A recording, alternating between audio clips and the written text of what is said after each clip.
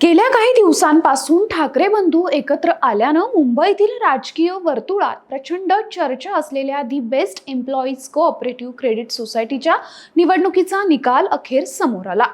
18 ऑगस्टला या निवडणुकीसाठी मतदान झालं होतं।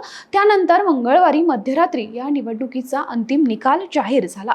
या निवडणुकीत ठाकरे बंधू यांचं उत्कर्ष पॅनल आणि महायुतीचं सहकार समृद्धी पॅनल यांच्यात कडवी लढत होईल असा अंदाज होता। मात्र सर्वांचा अंदाज चुकवत शशांकराव यांच्या पॅनलनं 14 जागांवर विजय मिळवत सर्वांनाच आश्चर्याचा धक्का दिलाय। तर महायुतीच्या सहकार समृद्धी पॅनलला एकूण 7 जागांवर विजय मिळालाय। सुरुवातीला सहकार समृद्धी पॅनलला 9 जागांवर विजय मिळाला होता। मात्र मध्यरात्री पुन्हा मतमोजणी झाल्यानंतर शशांकराव पॅनलच्या आणखी 2 उमेदवारांचा विजय झालाय।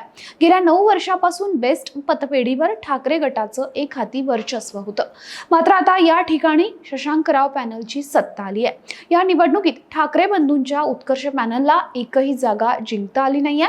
ही निवडणूक म्हणजे ठाकरे बंधूंच्या युतीच्या दृष्टीनं लिटमस टेस्ट मानली जात होती। मात्र एकाही जागेवर विजय न मिळवता आल्यानं राज ठाकरे आणि उद्धव ठाकरे यांच्या मात्र चिंता वाढल्यात।